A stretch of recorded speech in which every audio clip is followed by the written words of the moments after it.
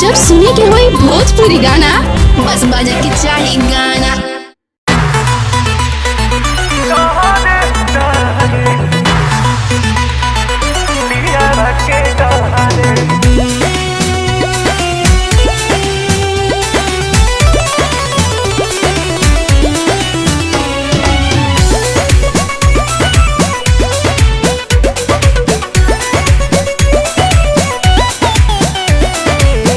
हो सखी बड़ा कड़ा मिलल बा भातार हो, इन्हें लगातार फोन करता है यार हो।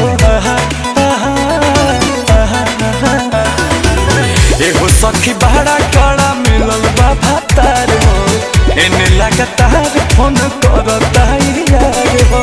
कहता कि आवा भेंट करे, कहता कि आवा भेंट करे, जाहिला ना पिया बाके डरे, ए सखी जाहिला ना पिया बाके डरे। मना हमारो बड़ी करे, जाहिला ना पिया बाके डरे, ए सखी जाहिला ना पिया बाके डरे, डरे डरे।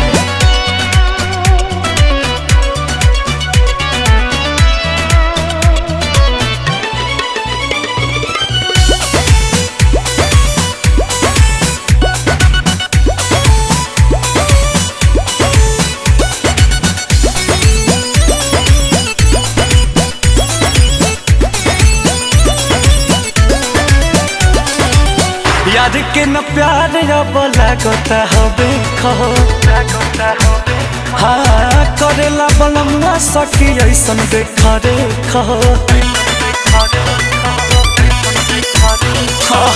याद के न प्यार अब लागता हबे खहो, करेला बलमुआ सखी ऐसन देखा रे खहो।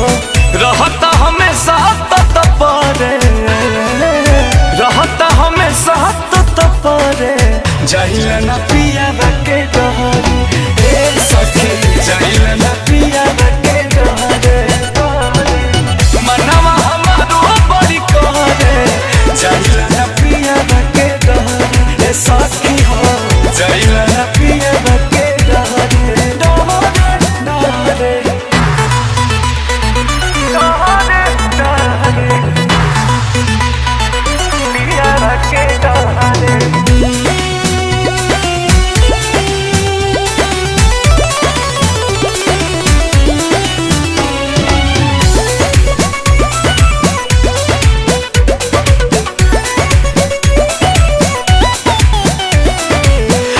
हर ससुरों के बकर के सरम हो,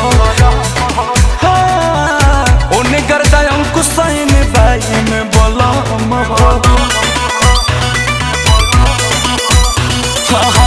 नहीं हर ससुरों के बकर के सरम हो, उन्हें गर्दा अंकुशैन बाई में बलम हो।